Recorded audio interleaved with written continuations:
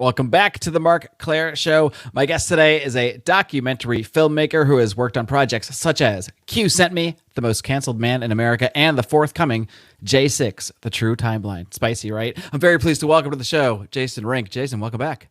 Hey, good to be here. Love the video background, man. It's quite trippy. I feel like it's pulling me into your universe as we speak. It's just in case any of my guests are not already on mushrooms, I'm going to make them feel like they are. That's pretty much the goal. Sweet.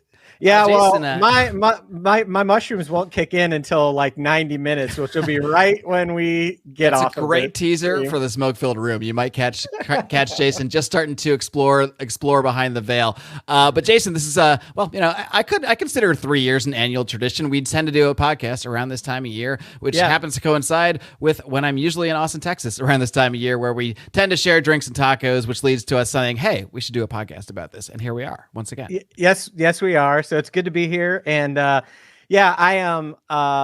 You can find me at the Jason Rink on Twitter, and I'm promoting that early because I was banned for 500. Because the shrooms are going to kick in at some point. And I'm going to forget, and I'm going to promote some other handle.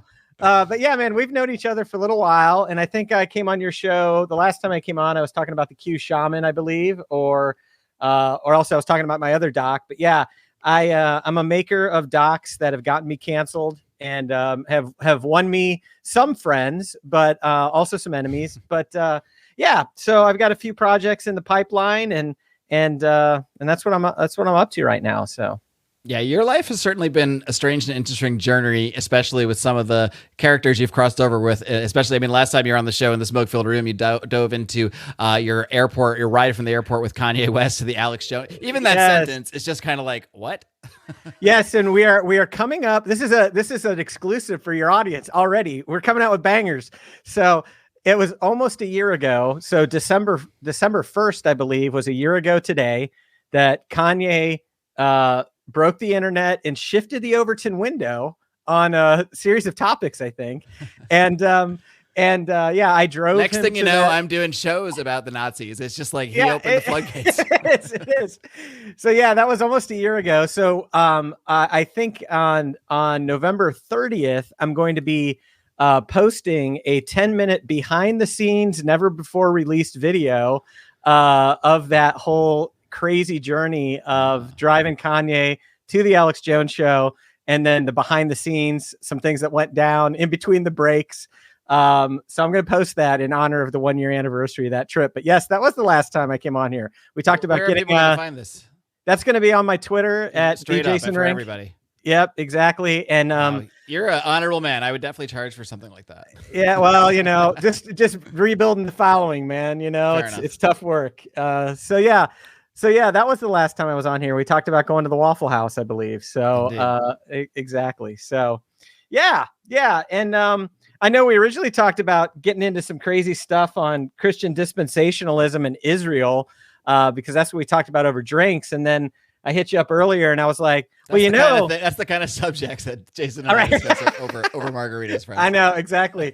And I hit you up earlier and I said, well, they're releasing some J6 footage this week, and we're coming up on some releases of some new January 6th content that I've been working on. So I was like, well, let's talk about that, and let's talk about whatever the hell else we get into. But that's how we roll. Yeah. So I'm here, man. Shoot. Let me know what you want to dive into. So I think we should go right into, because you had already had done one documentary sort of surrounding the events to some extent, surrounding one character, I guess, of the events of J6, that being Jake Angeli, the Q Shaman. And we'll talk a little bit about him and an update on his case, because he's been out now for a while. But this new documentary, what are we going to get in this new documentary now that we haven't seen or that we haven't heard either from your previous work or just out there that's been released in the mainstream? Yeah, so my film series, The Q Sent Me, we're getting ready to release the second episode of that. It was supposed to come out eons ago, but telling stories in real time as they develop, sometimes those schedules get off. And so the second episode of that's going to drop in December, and that is sort of Jake's journey after he got arrested through basically his release, and we did a follow-up interview with him as well. And yeah, he was released in May. And so he's doing great. You can find him on Twitter. He's got almost 100,000 followers, and I think he's running for Congress in Arizona, or at least he's filed the paperwork to do so. So yeah, he's doing good. He's living his best life. And what's interesting, and this will sort of dovetail into the other project, is, when Jake was sentenced, he was I think only like the fourth person sentenced on a felony charge when it happened, right? That happened in November of 2021.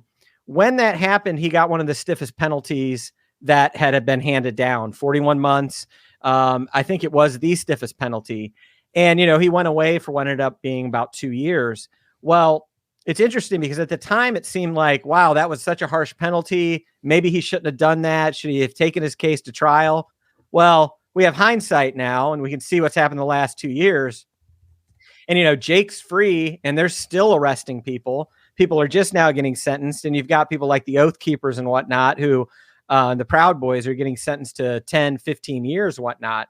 So in hindsight, I think it's turned out that Jake probably made the right decision. He's got this all behind him now, and he's out in Arizona. I think he's selling merch and doing speaking gigs, and he's back on the horse. So yeah, he's doing great. He started it into quite a brand, and especially when you think about what some people are going to jail for at this point. Some people weren't even present. I mean, forget what happened there. That's one subject. Some people weren't even present there. Some people simply expressed doubt about the election, and those people are getting huge sentences. So the fact that he was in there, fairly well known, probably one of the most visually known people that were actually in there, and is already out and released.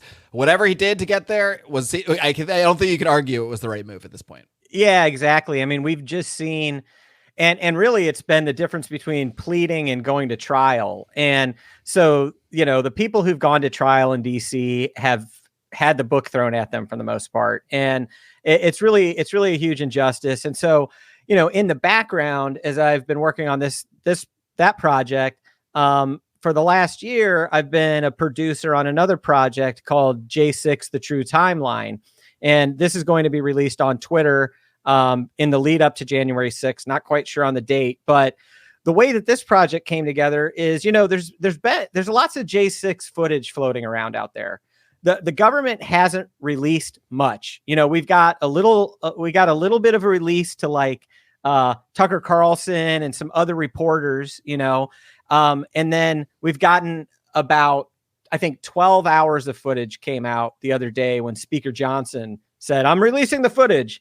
So it's like 0.3% or something. It's like a minimal amount of actual J6 footage that's been released. And so the people still have not seen not just the footage, because if they just released a Dropbox link with all this footage, you would go through and you would find stuff that was like totally irrelevant. It's like empty hallways or just random things happening. Right.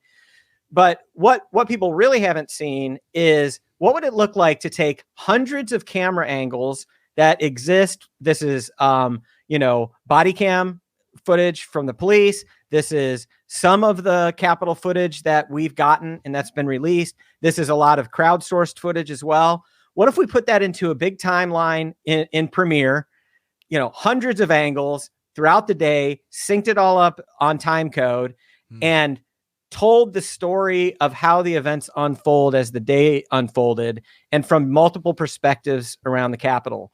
Because what people don't realize is that if you were on one side of the Capitol, it may have been totally peaceful. On the other side, there's like munitions being fired by the Capitol Police. People are being beaten. On the other side, it's not that way. And so people have only gotten bits and pieces of this story, and we wanted to put out what we think will be the definitive timeline. And we're trying to do this in a non-editorial way, where it's like, this is what went down. And in the process of this, some explosive information has come out about who fired the first shot. We've got chatter from the body cams. We've got a lot of things that people haven't seen and they haven't seen in context. And so J6, The True Timeline, is coming out in the lead up to January 6th this year. If we're successful in this, you're going to see this spread far and wide. when that happens. We're lining up a lot of influencers and people to help us get the word out on this. But you will definitely find it at my Twitter account, the Jason Rink. And we're really excited about it because this has been in the process for a while. And again, people have had bits and pieces, and a lot of what people have seen has come in the way of pushing a narrative through the mainstream media or whatever it is. And so we've tried to do a comprehensive job. We don't know anybody else who's done this, and we don't know anybody else who could, because I believe that the team of people who are involved in this has the largest privately held archive of January 6th footage in existence right now. Now, is this footage, or is at least some of this footage? I know you had your own footage requested by the government, I believe, at one point. Is there some overlap with that footage that we'll see in this documentary? Potentially, there is a little bit of footage that has come from what we shot on the day of January 6th, but most of this has come from people submitting this footage to us, or are the investigators on this project scouring the mountains of footage out there that have been released in various different ways. Everything from, maybe you've heard of the sedition hunters. These are the people who have been out there helping the government try to throw people in jail over January 6th. Well, we've been able to actually get a hold of some of the footage archives from there.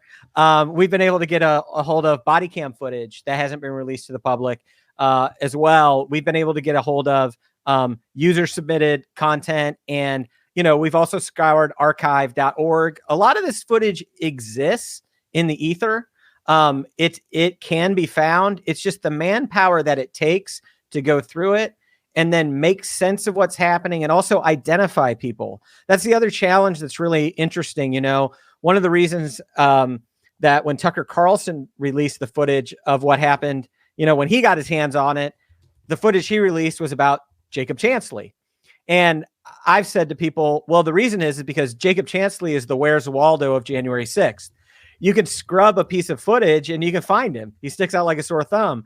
But just some other random person with a MAGA hat or a black hoodie or whatever, good luck finding the moves of these particular individuals. Well, the team that is behind this project has some of the deepest knowledge of identifying these folks, finding them. And our goal isn't to put something out there that's going to get more people thrown in jail.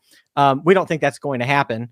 In fact, what we think is going to happen as a result is people are going to really understand some of the number one, it's going to highlight the 4 deaths that have been overlooked on the day of January 6th. People like Roseanne Boylan, who died, and you'll be the judge of whether that was at the hands of the Capitol Police or due to disregard. And then also other curious things that happened that day when it comes to how the Capitol Police handled the crowd when they started shooting tear gas, different people who were injured, the way the breach went down. We've got this laid out in a timeline so that people can understand some of the key players and the key things that occurred. And again, trying to focus on some of the untold stories of January 6th. Speaking of untold stories, I mean, you mentioned there 4 deaths. As someone who, I don't follow this stuff super in the weeds, I just kind of see what comes through the timeline and whatnot. I only thought there was one. I hear about the Ashley Babbitt death all the time. I didn't even realize there were these other deaths. Maybe that's because she was actually shot. Are the other deaths due to shootings or some other cause? It's a number of different causes, and there's a really great article about this. That was put out by an organization called Stop Hate. You can go to stophate.com and I already know they are full of hate. yeah, they're very hateful, quite hateful. There's a great article that you can find on that website that actually breaks down the different deaths. And I would be speaking a little bit off the cuff and incorrectly if I attempted to go through and describe who those were and what happened to them off the cuff right now.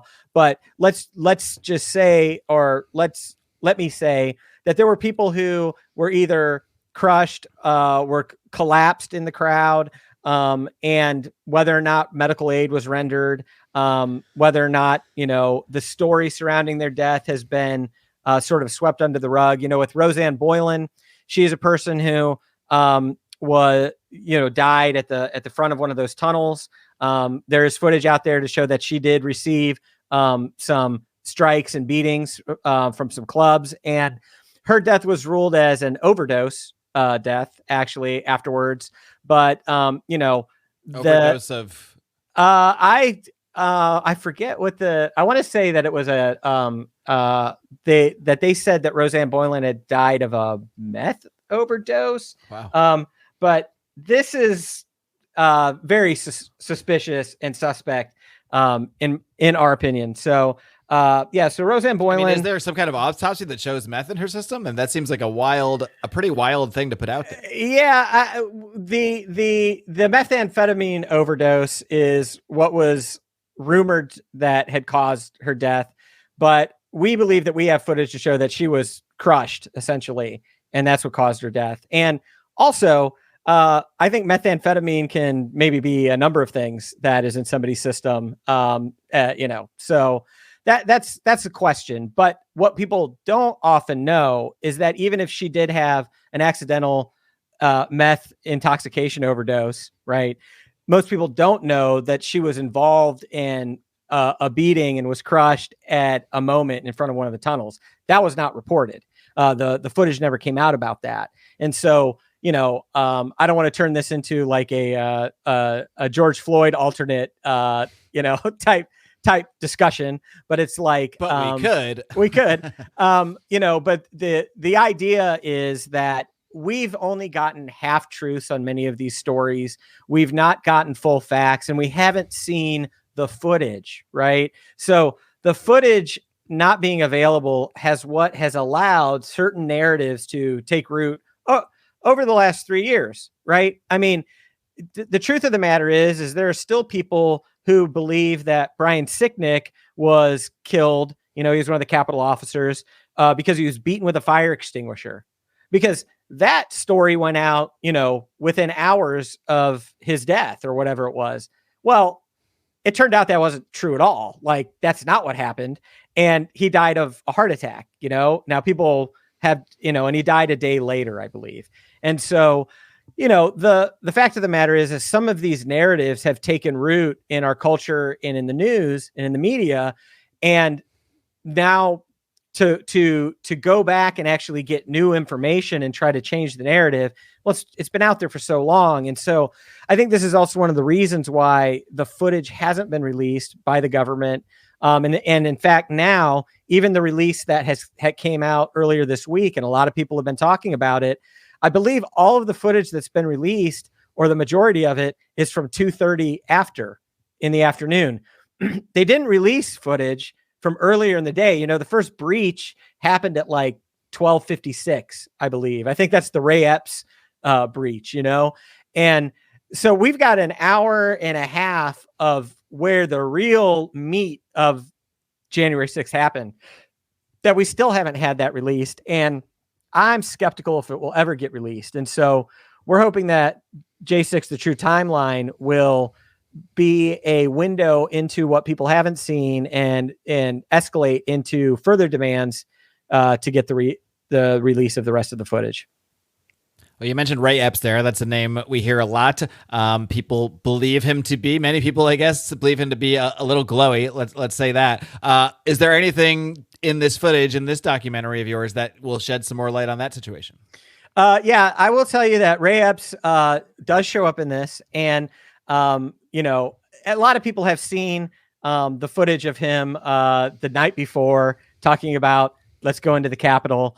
Some people have seen some of the footage from earlier in the morning when he was telling people to go towards the Capitol. That's where our true problems lie. A lot of people know that Ray Epps is one of the only people who's on video saying to, quote, storm the Capitol, using that language. And that was just broken by Laura Logan and the series that she's been putting out at a Twitter account called Truth in Media with Ben Swan, where that phrase was used by Ray Epps, and then that was used by the mainstream media. I was going to say that's interesting. He would use that phrase because that's the terminology. And he uses it on January 5th, the evening of January 5th, where he runs into Baked Alaska.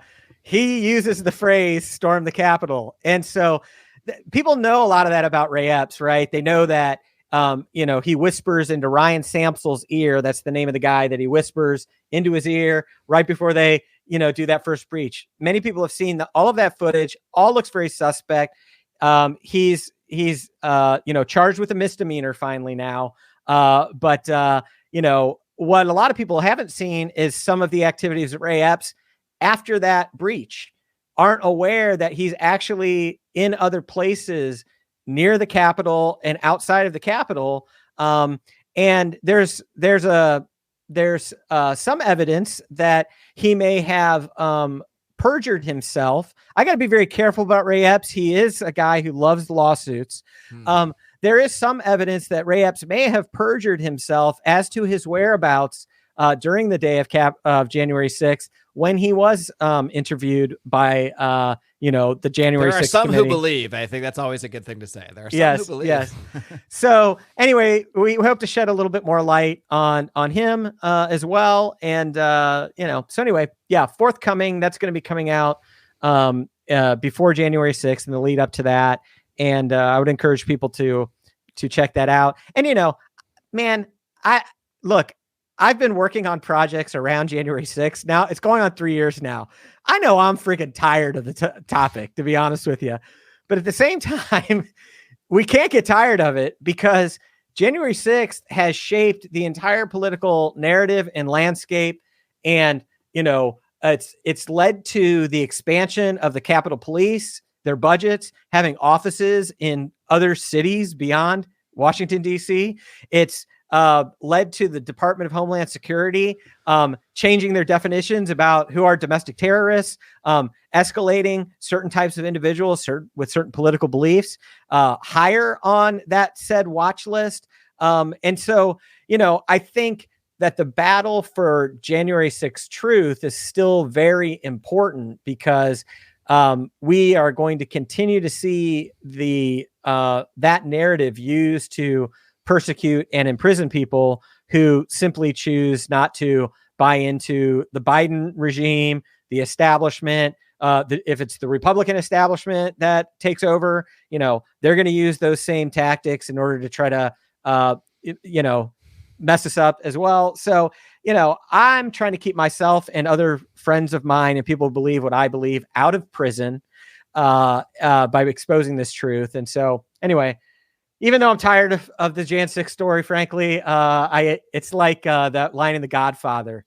Every time I get out, they pull me back in. I don't even know if that's from The Godfather, but it sounds like it is. So, well, it's beneficial for us to get tired of some of this stuff because we want people to get tired of these massive injustices and just accept these things as the new norms. And you and I are both old enough to have seen a few generations of changes here. And I think we were both alive before 9/11. We both know how different air travel is.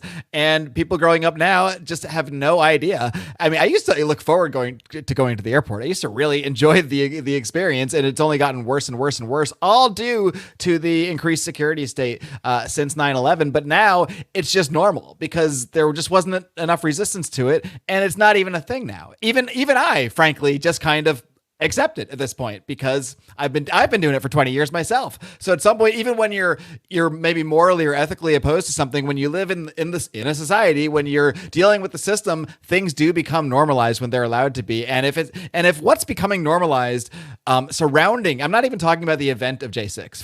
Forget that for a minute, although that's very important. And the debate around what happened inside is one thing, but the implications even broader than that of anyone questioning the election. That's really what this seems to be about at the end of the day. It's not about this particular event. It's about using the narrative around this event to stymie and to get ahead of what I can only presume they believe will be future questioning of elections, perhaps in an even more extreme way. Yeah, I mean, you're 100% correct. And, the other thing, too, is that January 6th and the questioning of the election, those are the twin issues that are being used to now try to sideline and prevent Donald Trump from being able to be on the ballot, to having even the opportunity to become president again. Right. And that's not about Trump necessarily. Right. I mean, it's just about what that precedent is about anybody who has this opinion that maybe the elections aren't legit, those people are not going to be able to run for office. You know what I mean? It's like, oh, wow, imagine that. Could you imagine a government populated entirely by people who think that the elections are completely above board and there's absolutely nothing wrong with them? Like, it's the criminalization of dissent. And in many ways, it's the dissent that I think it's a signal that it's the kind of dissent that is most dangerous to the establishment, right? We've got to people. They need the people to exist under this, false idea, like the myth of democracy, the religion of voting, all of that. That it's like it's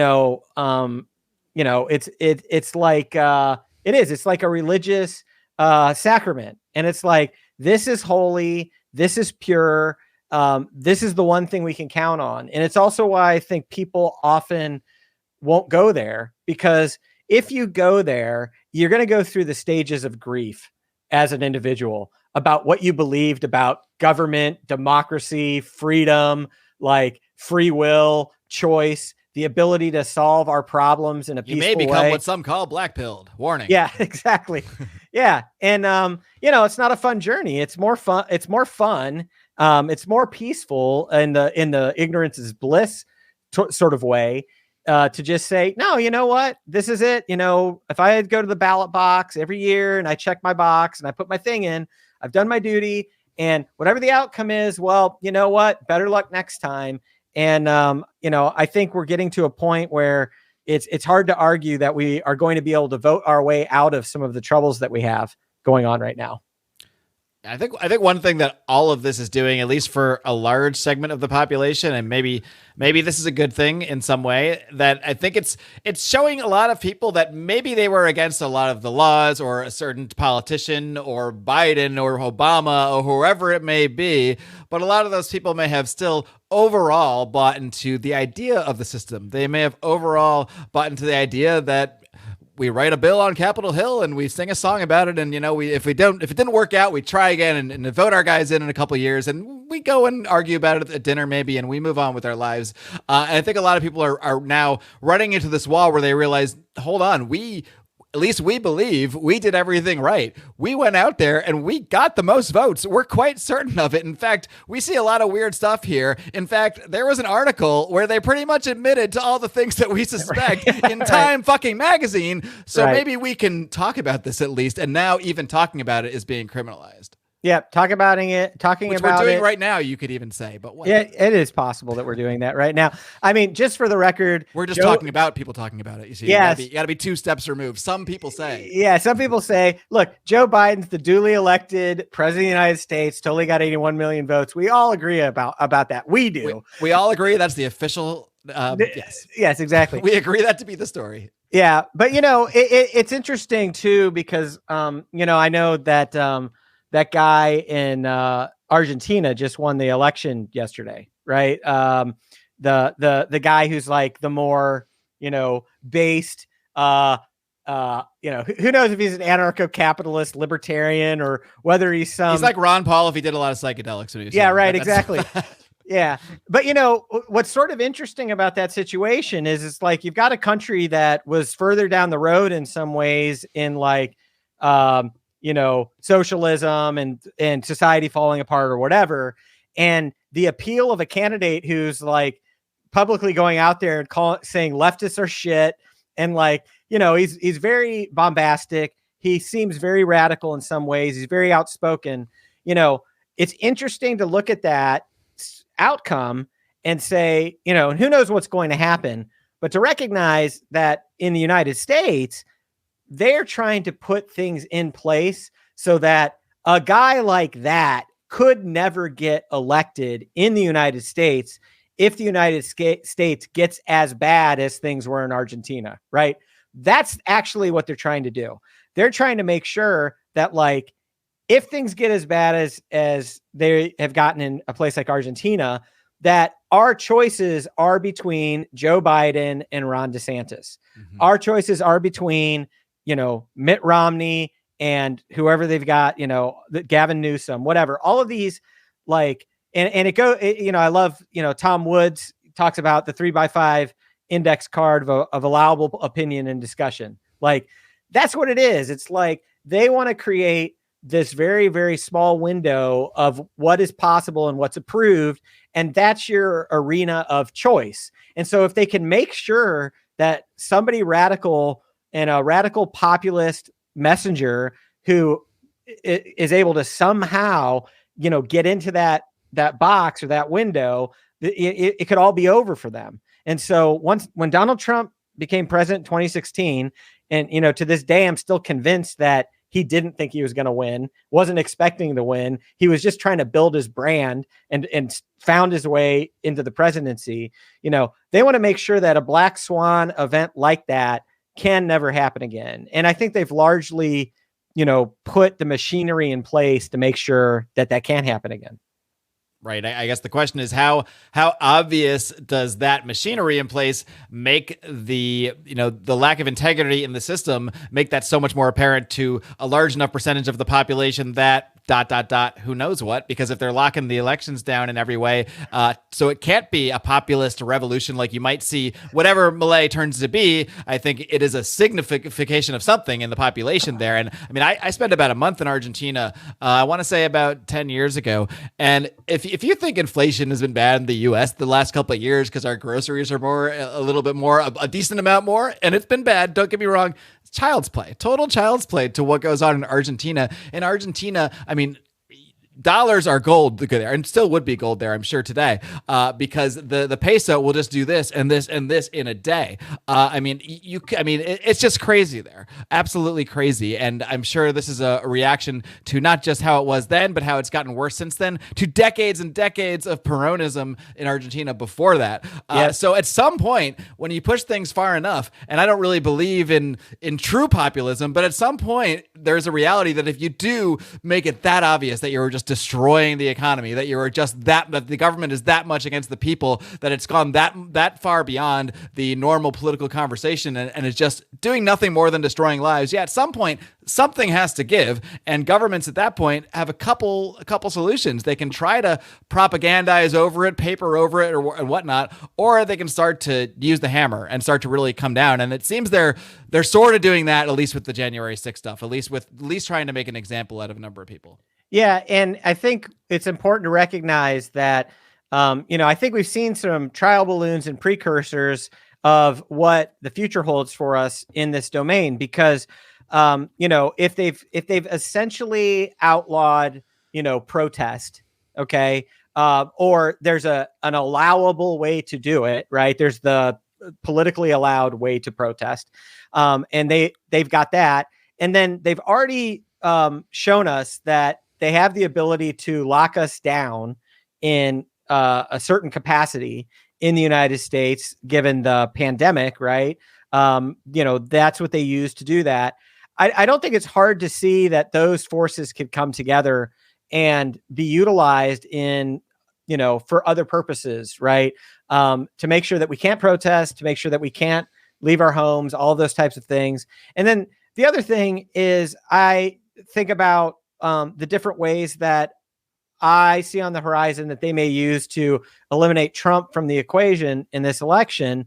I'm not sure what's going to happen if he's going to be convicted or thrown in jail or whatever, but I think the more likely path is that Trump actually does win the primary, because I think it's very risky for them to literally take him off the ballot. Like, I think they recognize that to do that by throwing him in jail or by this other legal lawfare, right, that there's potential revolution. Like, there's a lot of upset people with that.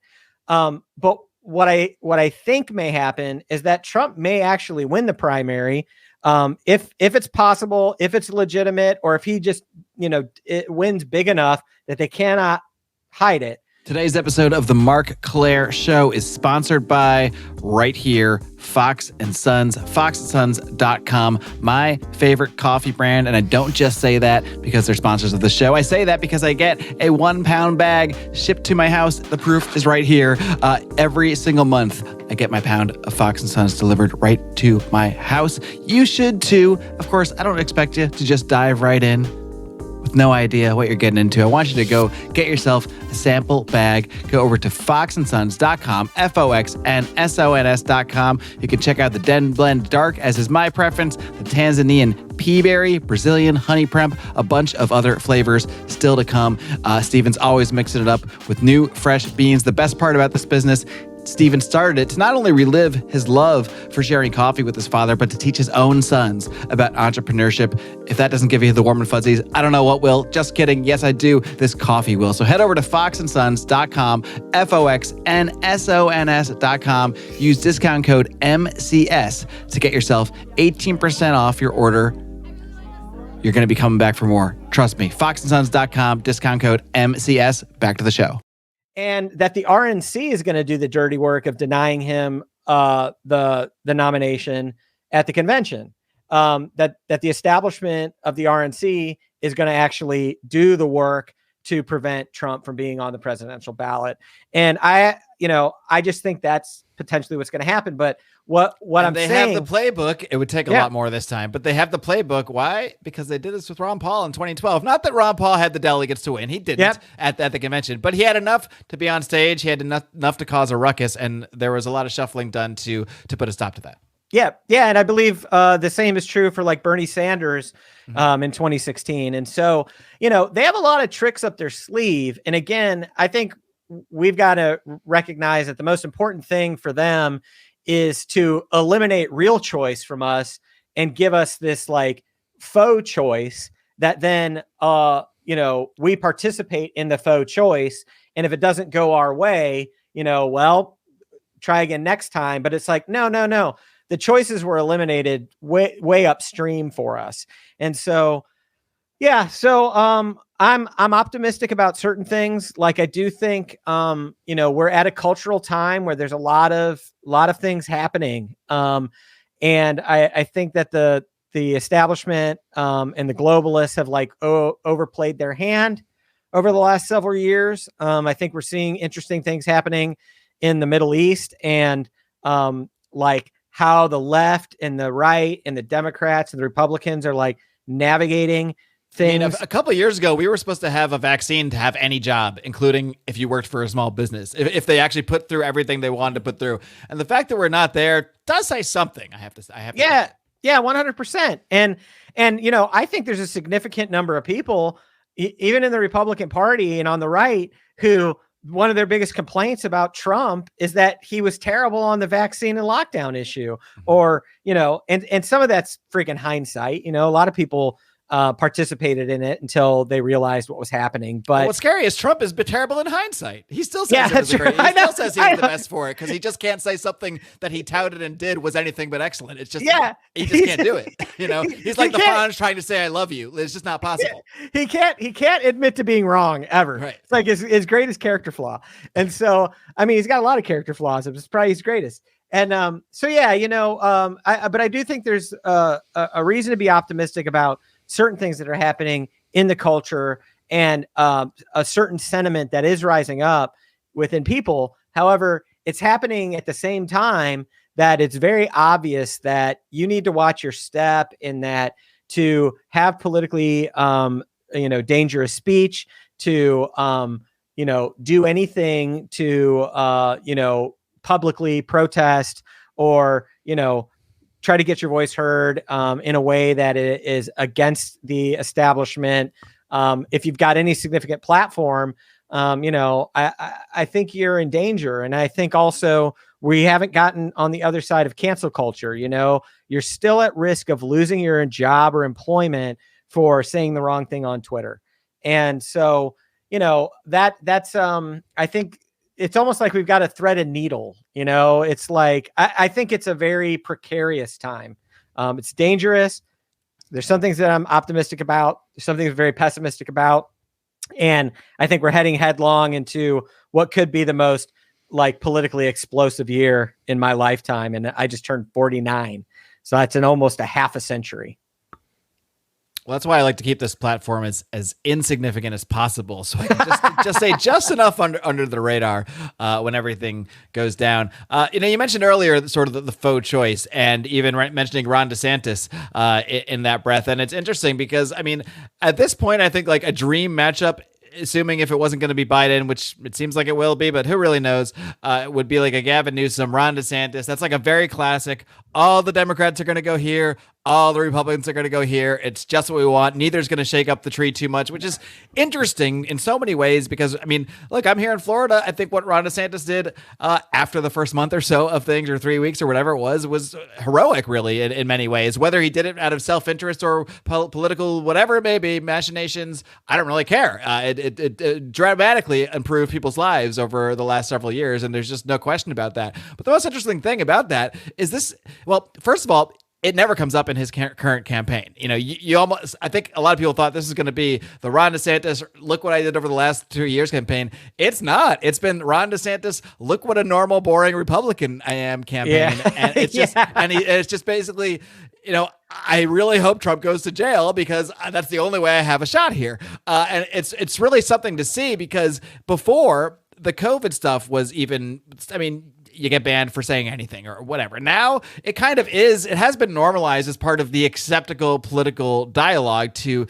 have that sort of argument. But even within that, his campaign completely stays away from it. So I think that whole thing is really interesting. I wish Ron DeSantis, the presidential candidate, didn't even exist, personally speaking. But it'll be interesting to see where all this goes. Now, this is obviously the realm of speculation, but do you think that Trump, if convicted of something, will, and frankly, the fact that I'm even asking this, as I ask it, I just think, of course he will. But would he continue to run for president even if he were, say, physically put behind bars? Yeah, I mean, I would hope he would because, it seems like the most Trump thing to do, doesn't it? Yeah, and like, honestly, some people really don't understand. I mean, anybody who follows me or comes across me, they don't actually really understand my position around Trump. Him being in prison or convicted only makes me want to vote for him more. And it's not because I think Trump's the greatest guy or has the greatest policies in the world. It's because it's actually an indicator to me that he's like the most dangerous to my sworn enemies. Like, that's really the calculus for me. Like, I don't think Ron DeSantis is dangerous at all to my sworn enemies. And my sworn enemies are those people who wanted to throw me into jail because I filmed on January 6th, that have come after me or would empower the IRS to come after me and audit me because of January 6th. My sworn enemies are as all the people, the bureaucrats, the elected and unelected people that make up all of those organizations that would come after a person like me or come after people like me. And so it's like the enemies of freedom, right? And I'm not saying that Trump is like the champion of freedom, but it's like he's the guy they all fear and hate the most. Like, I know there's a narrative out there that some are spinning that it's like, oh no, this is just a big scam. The Democrats want Trump because he's going to be the easiest for them to beat. And I'm like, I think that's absolute total bullshit. I think Trump is more popular now than he was in 2020. And he was more popular in 2020 than 2016.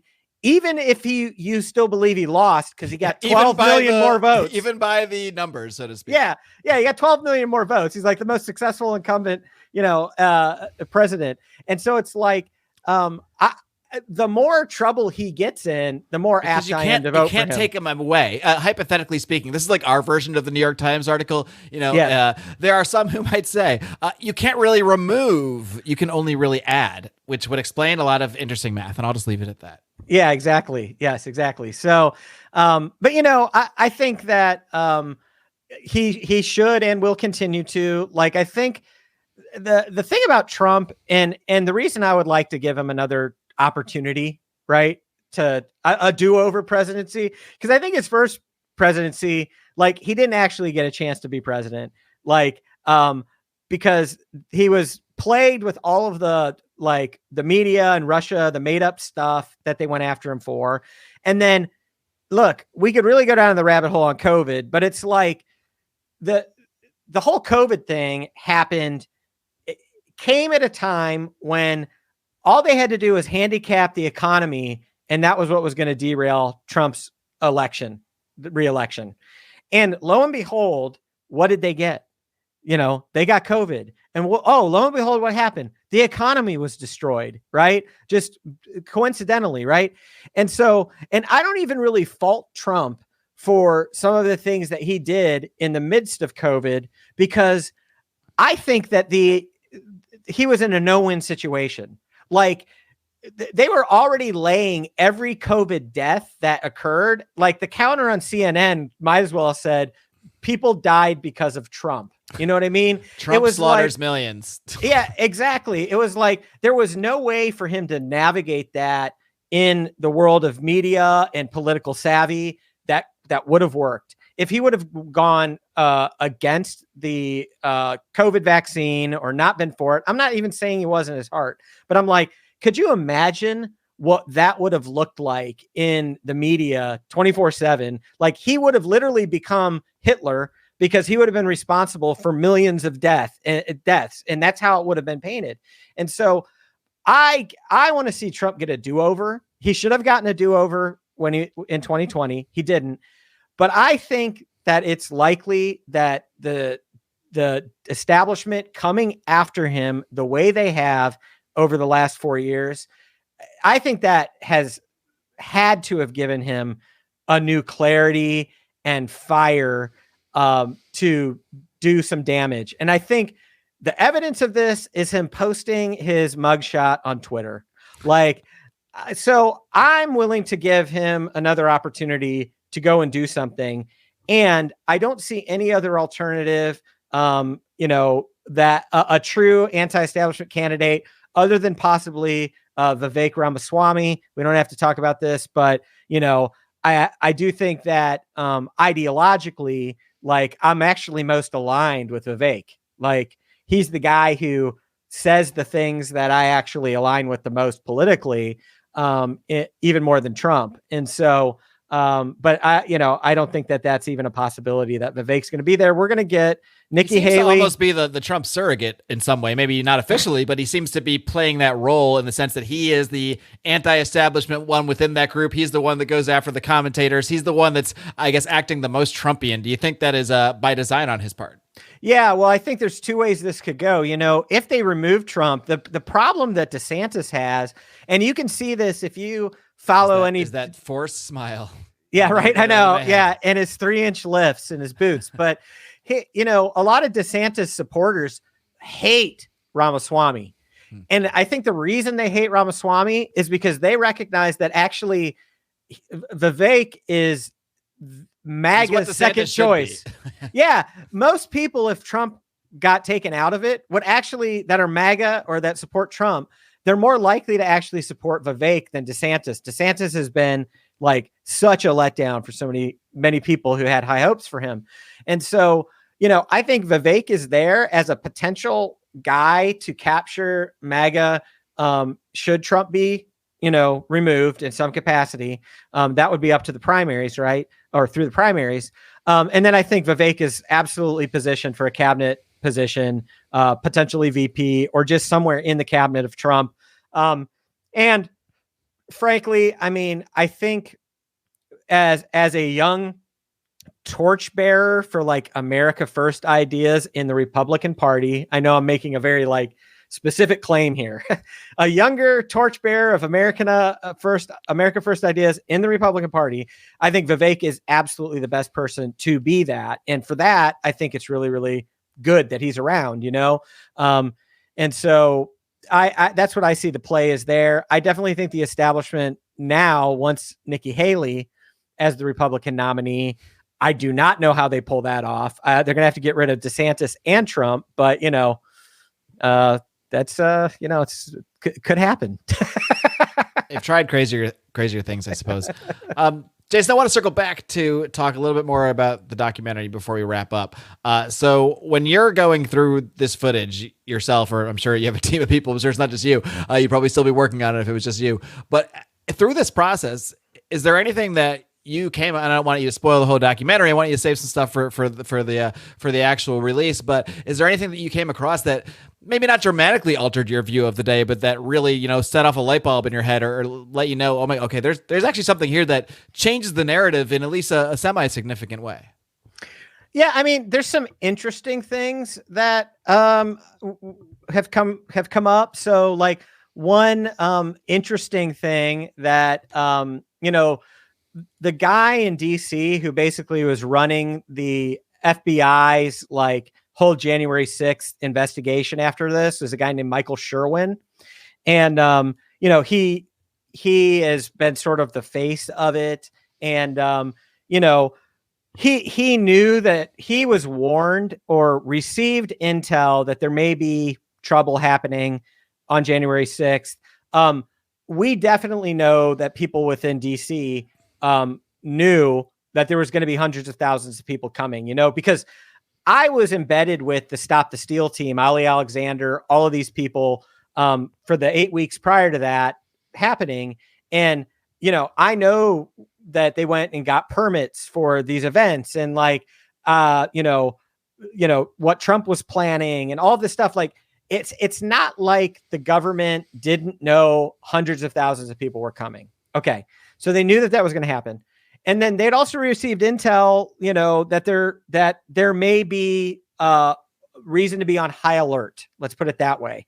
And yet I've seen footage of Michael Sherwin, like this guy's like, with the FBI, he's like in plain clothes with a mask on, like strolling the street the morning of Jan 6. Like, it's just interesting. It's like, that's what's going on. And it's like, to me, that would indicate that it's just interesting that this guy is actually rolling in civilian clothes on the streets the morning of January 6th.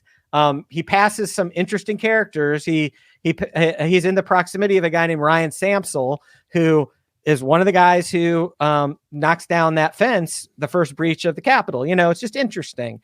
Another thing that was interesting is we got to really understand some things that developed from the Capitol Police side. For example, the Capitol Police, there was an internal argument going on whether or not they should use tear gas on the crowd.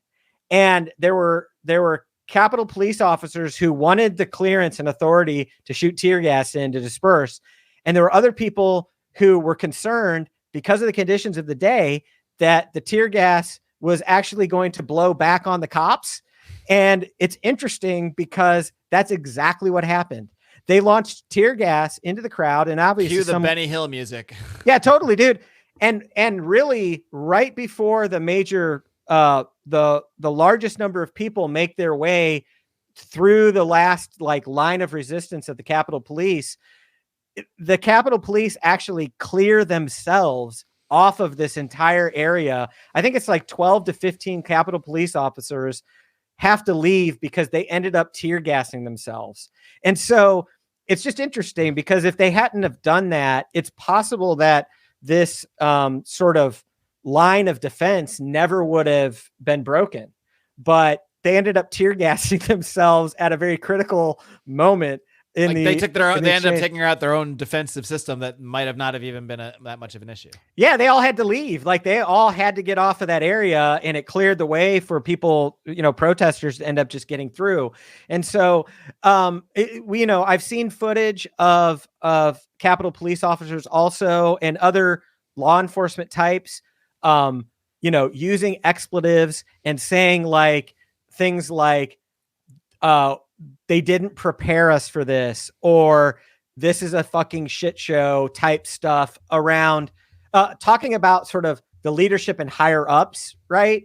In that they were not given the resources they needed to engage in this kind of thing. Sort of wondering out loud around potential intelligence failures going on that day. So it's like I will say that, it's Intelligence failure is an interesting term that tends to pop up, let's just say, under certain types of events. Yeah, right. Yeah, Some yeah, people yeah. say. Yeah, and I think there are definitely people in law enforcement, like I'm no friend of the cops, I don't love the blue, right? But there are a lot of people who were involved in law enforcement that day who are just doing their jobs, right? Like they're told to go do a thing, and they go to do a thing. And, I think some of them realized that either protocols hadn't been followed or that preparations were not in place that normally would have been or should have been in this particular situation. And so, I think there's been some insights into that. And then, there's just some things that the timeline of events matters when it comes to them trying to pin some things on Trump as well. When Trump got done giving his speech versus what was happening. We definitely, I shared a trailer on my Twitter today at the Jason Rink, and, there's footage of one guy tearing down this entire, it was like sort of a netting fence that was, there was this whole area that was marked off limits with like posts and then sort of this like fence. Okay. And those fences had signs on it that said, don't enter. Well, there's a guy who takes that fence and rips it completely down so that those signs are not there. So that everybody who comes up there after that moment has no idea that they're actually crossing into a no-go zone. Well, You have the footage of that guy tearing that stuff down? Oh yeah, totally. Yeah, I think it's in the trailer even. I'm not sure who that guy is, but what's interesting is that, that imaginary line that was set, that was torn down, crossing that line is what has landed a lot of people in jail. Like people crossing a line they had no idea existed, and they're being thrown in jail for that. And so, but who is that guy?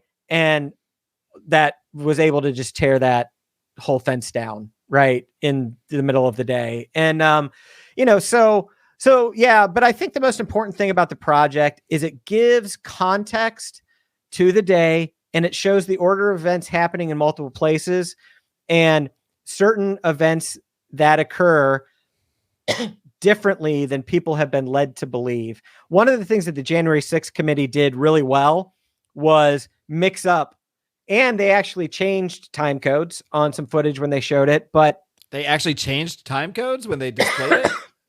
Yeah. There was some alterations of some of the footage that they showed during there that was made to indicate or make it unclear as to what time of day or what order certain events happened. Right. What we've done is we've cleared up some of that stuff, and I actually think it does matter. So that's what I have people watch it for, is to understand how things really unfolded. And because so many people weren't there that day who are in America, but a lot of people have watched, feel like they saw what happened. What they've seen is a very curated narrative. And what this documentary won't do is be like, now who was behind the wizard behind the curtain. Cue scary music. Yeah. But what I think it will do is it will get people to reconsider, even people who've been skeptical of the official narrative.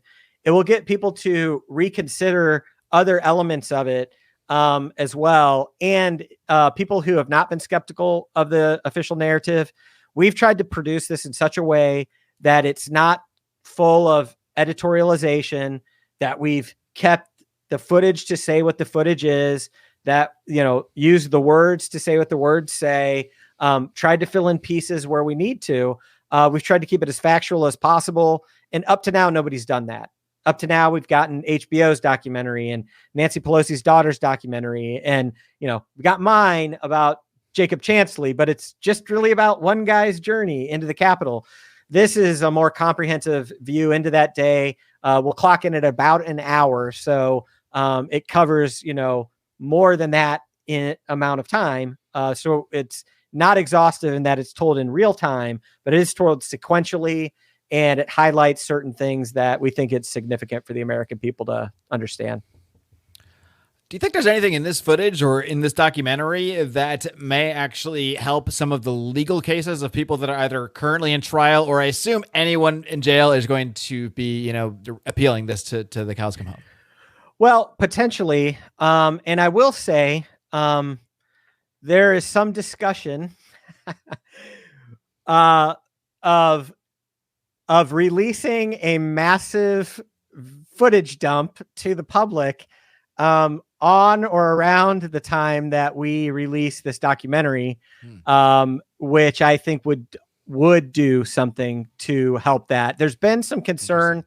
Yeah, because then any legal team can just go dig away and do their thing. Yeah, because what people need to understand is the way this has gone down so far, is people have had to navigate. You've had to get authorization and then sign a document to look at the footage that the government has.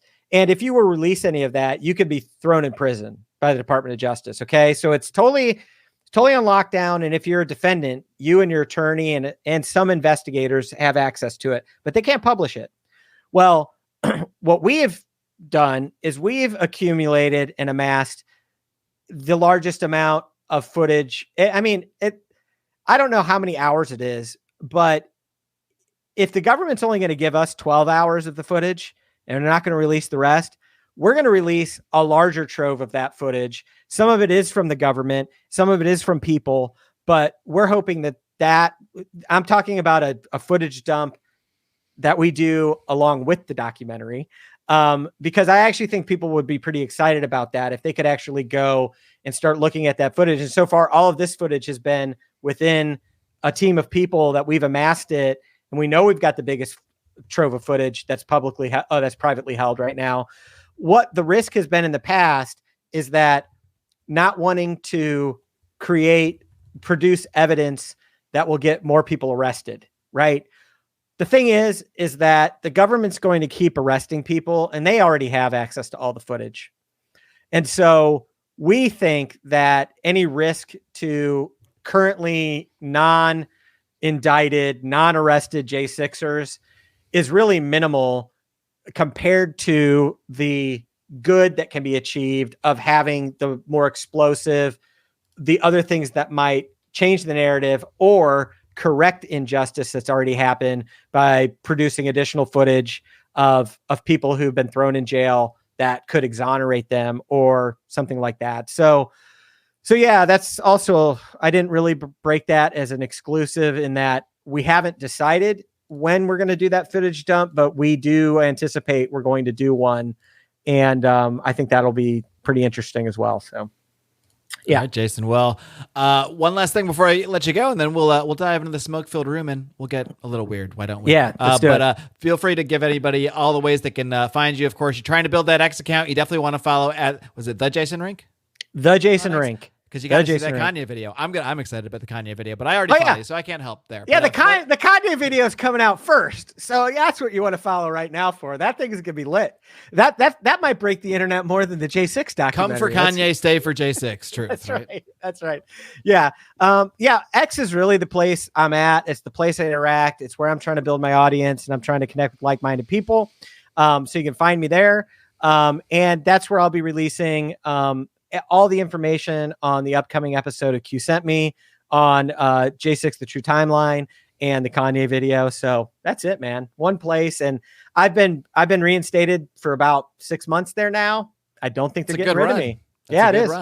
It's my longest yet. So all right. Well, we'll see if you can at least get me a YouTube strike. We're gonna see. We're gonna try it because this is my test. If this episode doesn't get me one, I think I'm good for a little while. Yeah, it's good. It's good. Like I said, just insignificant enough. Jason, thank you so much for coming on my show. I'll see you in the smoke-filled room. All right. Sounds good. All right, friends. I hope you enjoyed my conversation with Jason Rink. Check out all of his documentary work. He's working on a lot of really important stuff. You can find it all at jasonrink.com. He's a simple man. He makes it easy for you. Just head over to jasonrink.com for links to all his work. A man of my heart, because you can also head over to marcclair.com. It's the easiest way to find all the links you need for this show, all the various video platforms I'm on, all of the ways you can support the show and become a Marc Clair Show premium member, which you can do on Patreon, Subscribestar. You can become a member on YouTube now, or on Rockfin, where you get access to a whole bunch of different creators as well. I let you pick your poison. Do it however you like, but either way, you got to do it. You got to support the show, because if you're not, you're missing out on 30% of this program. That's right.